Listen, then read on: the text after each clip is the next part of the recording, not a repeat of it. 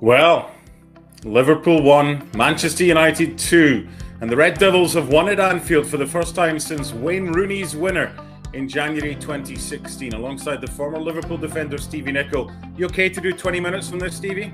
No. What happened to your boys today?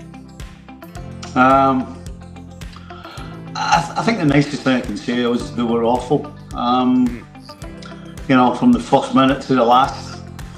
Yes, there was a couple of chances. Gakpo at the post a couple of times, but quite frankly, Bruno Fernandes should have maybe wrapped this up. He had an opportunity to make it 2-0 after they go ahead after 60 odd seconds.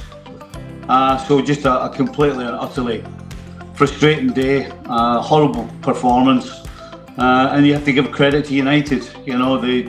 They set out the stall, they had a plan, and Liverpool couldn't break that plan down, certainly defensively.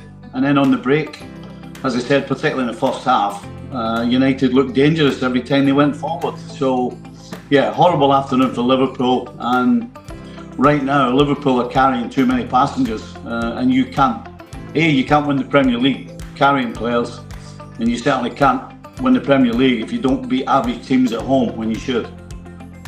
Before we get into the chronological order of what happened today, who are the passengers that Liverpool are carrying now that they weren't last season?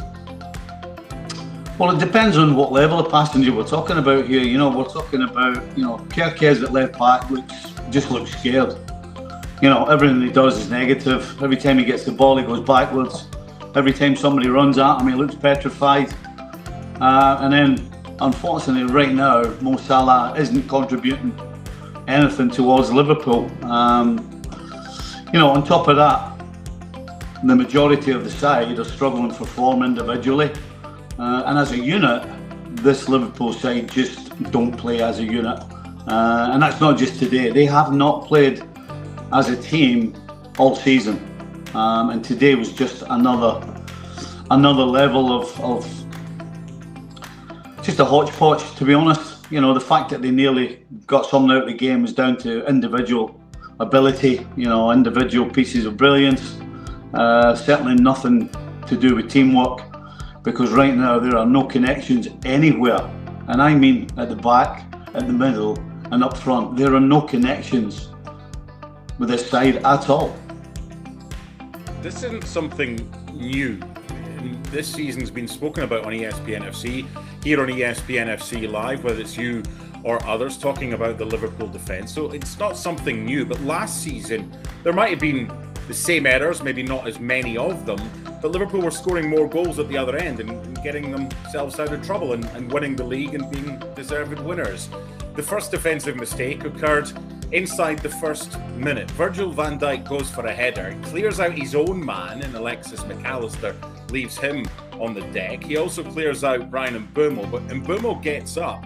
As it's spread wide to the right-hand side, it's then played in by Ahmad to Mbeumo, who scores the goal. Liverpool saying, well, there was a head knock, it should have been stopped. The referee says, I didn't see any head knock. It was a chaotic start, but Manchester United don't care. And 62 seconds into the game, they go 1-0 up. What do you make of all that? Well, yeah, I mean, there's no question that I don't know who thinks he should have stopped the game. The fact is, it was Van Dijk that took out McAllister. I would have expected Konate to come across earlier. In fact, at the time, I thought maybe Konate could have played Mbeumo offside. But again, credit to the start United made, and credit to Mbeumo for putting that away. Mamardashvili couldn't do any more than he did, made himself as big as he could, but it just caught him underneath his arm and the ball's in the back of net.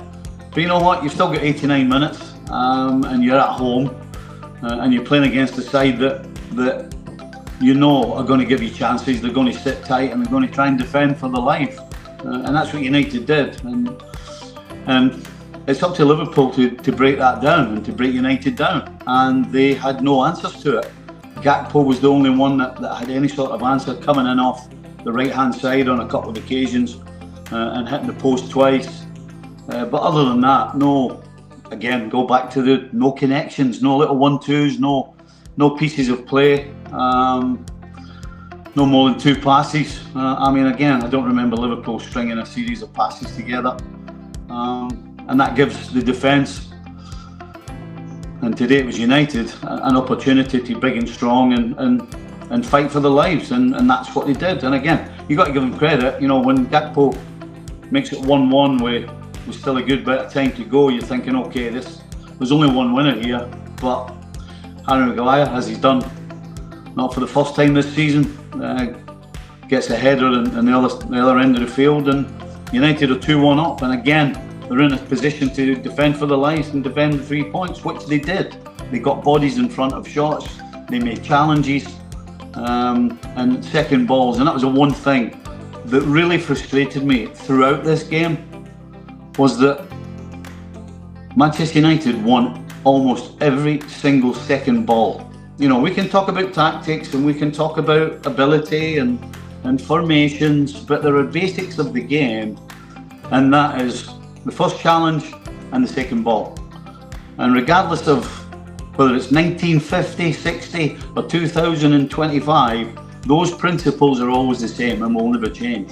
And today, Manchester United won every single second ball. And again, the frustrating thing from a Liverpool point of view is that United at no stage of this game tried to play out from the back.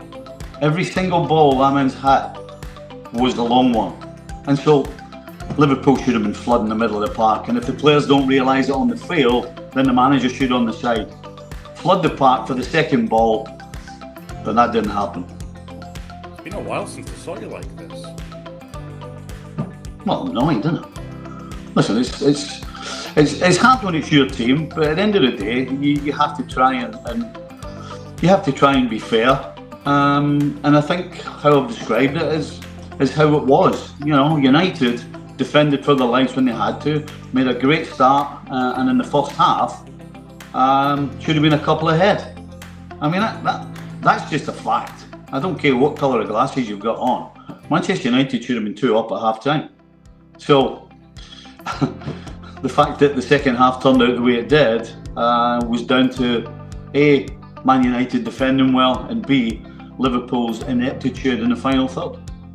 I'm going through the rest of the chances in the first half. You've suggested that Manchester United maybe should have gone 2-0 up ahead. I'll give you Bruno's chance from Ahmad's cutback in the 24th minute. And given the history that Man United have got at Anfield, and it isn't good, it's nearly a decade since they last won there, you would think if you're a United fan, that's not the type of chance that you can miss and get away with. But Bruno, he's put it wide, but they were able to kind of keep going. I think it was 77 minutes between scoring the first goal and conceding. Now, in between that time, Cody Gakpo has had this kind of one-on-one battle with the frame of the goal. He ended up hitting it 3 times. I still think the best chance was the header that he had in the second half. So that's inexcusable. United, I thought, defensively were outstanding for large periods of this game. But you need a bit of luck as well. Gakpo he's got to score from there, is he not? Yeah, absolutely. There's no other way to put it. He and nobody will know better than him. But it's gone. It didn't happen. And again, it's just part of it. So, you know, at the end of the day, that's one apiece. Because as easy as Gakpo's is, my goodness, I'm sorry, Bruno Fernandes is a fantastic footballer.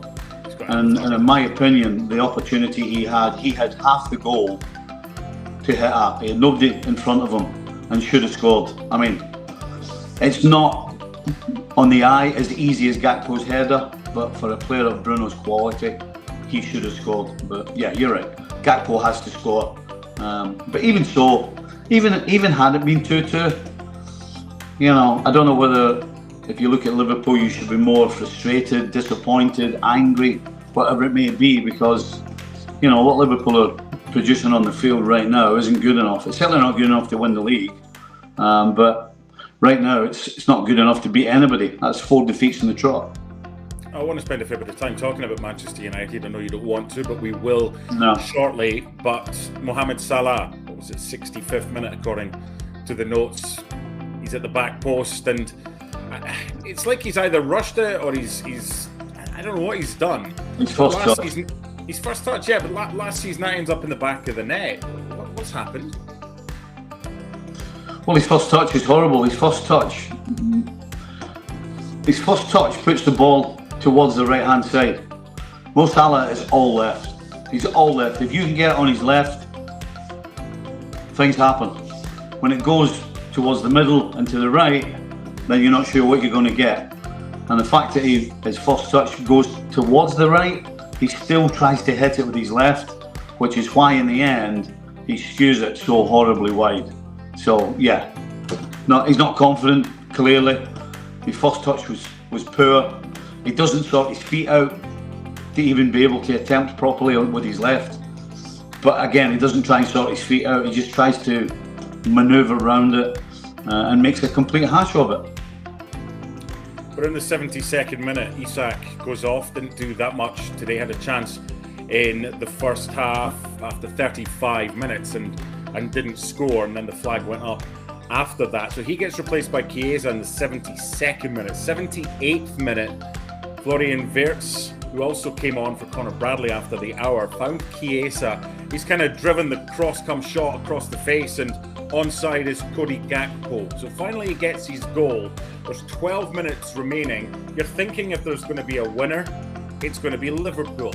So this is where Manchester United, for me, deserve even more credit, because 5 minutes later, Bruno gets his first assist of the season, and Harry Maguire, so often the kind of laughable figure from many outside of Manchester United, shuts everybody up and scores the winning goal. So Liverpool's equaliser first, and then you can talk about United going up the other end of the park 5 minutes later and getting the win.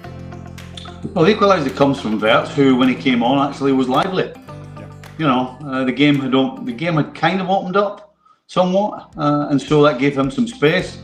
And his little ball to Chiesa was a nice one. And Gakpo onside puts it away, and you think that there's only one winner. But as you said, you know, United did get themselves forward, got a corner, balls played back out, and then Bruno Fernandes with a nice first time ball back in, and Harry Maguire found himself some space, and you know, he doesn't miss many from that position, and put it wide of the keeper, gave the goalkeeper Mamardashvili absolutely no chance. It was a superb header. It's where he picked his spot, it's where he delivered it right off the meat of the bat. It was a beautifully taken header, and Man United are ahead again. You still know that Liverpool are going to put the pressure on, but as previously, even though they did get an equaliser, you really weren't sure where it was coming from. 85th minute, Frimpong comes on for Mohamed Salah. Salah starts again. He's their best player, but he's not in form right now. Liverpool going forward, next game or two, is it time for him to come off the bench, having started as a sub, Mohamed Salah? Should he be dropped?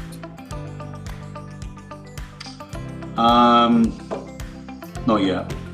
No, he's built up some time in the bank. Yeah, that seems a strange thing to say after what 8 games of the season that you're swaying whether Mo Salah should not be in the starting 11.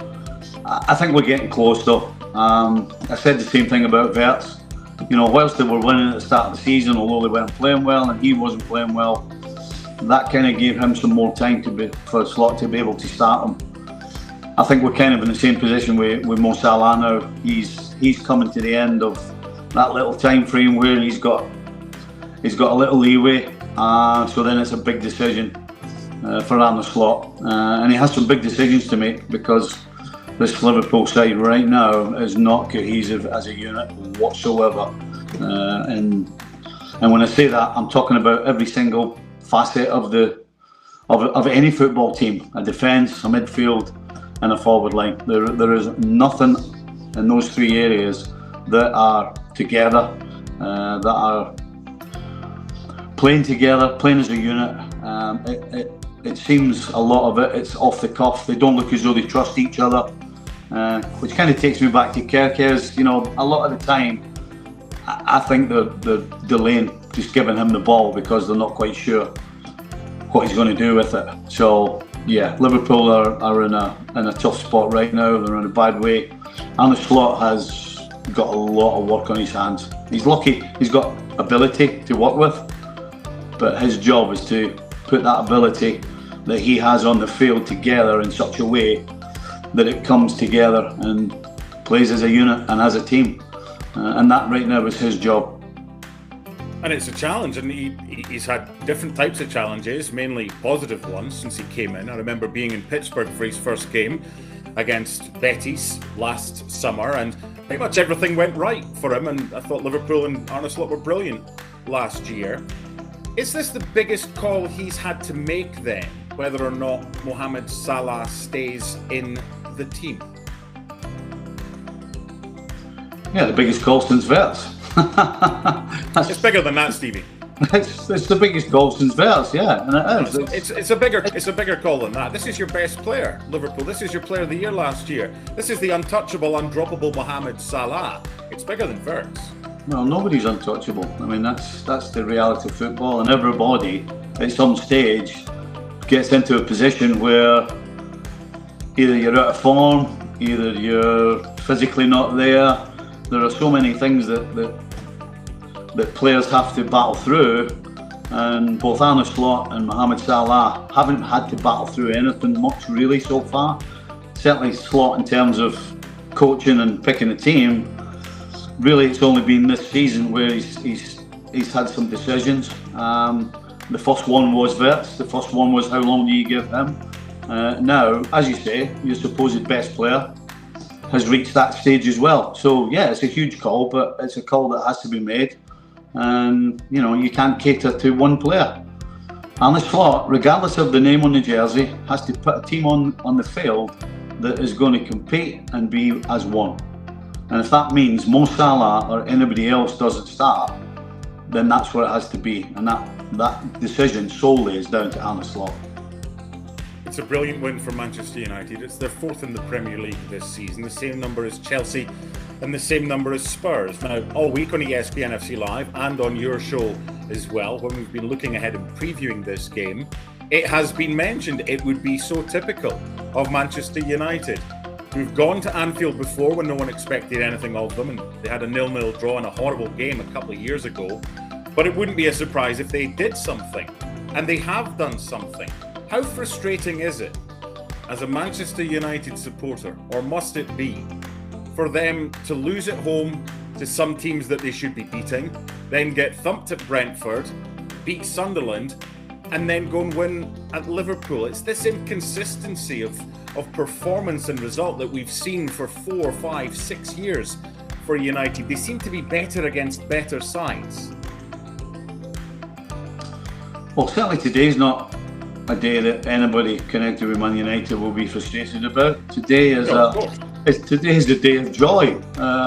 Unfortunately, when you support a team that is so inconsistent, certainly the expectation overweighs what they're probably capable of doing. That's where the frustration is. You know, days like today for Manchester United right now are to be cherished, and listen, if it was the other way around, it's the same for Liverpool fans. You know, you enjoy it, you make the most of it, because certainly when you support a team that you're not sure what you're going to get from, then even though you've gone to Anfield today, done something that not many United teams have done over the last, never mind 10 years since Rooney's goal, but maybe 20, then you enjoy it. But yeah, Manchester United, as you said, are capable of next time out losing, regardless of who the opposition is. So as I said, if you're a United fan, just enjoy today. You've got to look at the big picture. It's a day to celebrate, but you know, big picture wise, there's a lot of hard work ahead for Ruben Amorim. But today's United's day. How good were United defensively today? Well, there's two things you need. You need organisation and you need desire. If you've got those two things, then you've got a chance of defending well. And that's what we saw today. We saw organisation. When they didn't have the ball, they ended up with 5 at the back. Certainly 4, and then 1 up top on his own. I mean, there was commitment, there was desire. So yeah, you can't say enough about United defensively, both as individuals and as a unit. They stuck together and they battled for each other, and they covered each other, and they won the duels that were the most important, from the first minute to the last minute. Here's the head scratcher if you're a United fan. De Ligt, Maguire and Shaw as your back three. They were there under previous management. And it's the games that United lose that they're expected to win. This is the frustration for them. And today, you're right, they were absolutely outstanding today. Lamens has come in. They've made a bit of a mess of the goalkeeping situation since David De Gea left, but faultless today as well. But let's talk more about going further forward for Manchester United, because you can look at the back three who've been there for a while, but defending starts from the front. Who were the kind of unsung heroes today? Who were the United men of the match? Well, Maguire gets the winner, so he's in charge at the back. So you got to look at Harry Maguire. You know, after that, it would be unfair to other than Harry Maguire, it would be unfair to pull anybody else out. Again, and Bomo gets the goal, so that makes him rememberable. But this everything that was good about United today is what was lacking in Liverpool. You know, a togetherness. Everything was done as one, as a unit. They defended as 11. When they went forward as an 11. I should have said 10. So yeah, I mean, the goal scorers will always stand out, and Harry Maguire obviously would probably be your man in the match, because he was the one that was in charge defensively, and he also got the winning goal. But really, you got to look at them as a whole, and as a coach, that's what you dream of, coming off a field and not being able to really pull anybody in particular out, just to have that feeling that every single person did their bit is the best place any coach can be. What's Manchester United's glass ceiling if Amorim is given time and there's patience at the football club? Well, I think they've won one game, let's be honest. I mean, they would beat Sunderland last weekend. You know, they've won 2 games. Again, as I said, this is a day to celebrate if you're a United fan, but in terms of the ceiling, I mean, who knows? Because we don't know what we're going to get next week from United. Once they start producing consistent performances defensively in the middle of the park and going forward, then you can start thinking about, you know, can we get into Europe? Can we get in the top 4? Can we do this? Can we do that? You know, right now they're trying to get together as one instead of being fragmented, because that's kind of what they've been on too many occasions, not just this season but last season as well. So yeah, it's a great win. It's 2 in a row, but it's something to build on. But they're not in a position now to start thinking about anything other than the next game. Let's finish with Liverpool. You've said a lot. Let's get your final take, your overarching emotion. They now go to Frankfurt, they go to Brentford in their next 2. If Arne Slot is to gather them prior to the flight out to Germany, what has he learned so far, and what does he need to do to get a good side, a great side, back on track after today's defeat? Well, what he's learned is on certainly the backside of the team and the front side. You know, I think the middle of the park is probably functioning better than anything else, and it's not at its best. But I don't think he's learned anything, to be quite frank with you. I don't think he's learned anything he didn't already know, because he knows they're struggling defensively and he knows they're struggling up top in terms of connection on both sides that I'm talking about. You know, the back four's not together, the front players are not together. That's why we don't see much interaction and combination play. So yeah, he hasn't learned anything he didn't know before. Unfortunately, he has to come up with the answers. That's going to be his biggest problem. Between Arsenal, Man City, and Liverpool, who's the favourite? Who's the second favourite? And who's the third favourite right now? Well, right now, you cannot, in my opinion, look past Arsenal. You can't. I don't trust City. I don't trust Liverpool. I think that both City and Liverpool will be in the top four. But in terms of the Premier League, I think right now the clear favourite is absolutely Arsenal. I won't take Haggis, your dog, for a long walk. I don't think so. Stevie, thank you. Liverpool 1, Manchester United 2. For the first time in nearly a decade, United win at Anfield.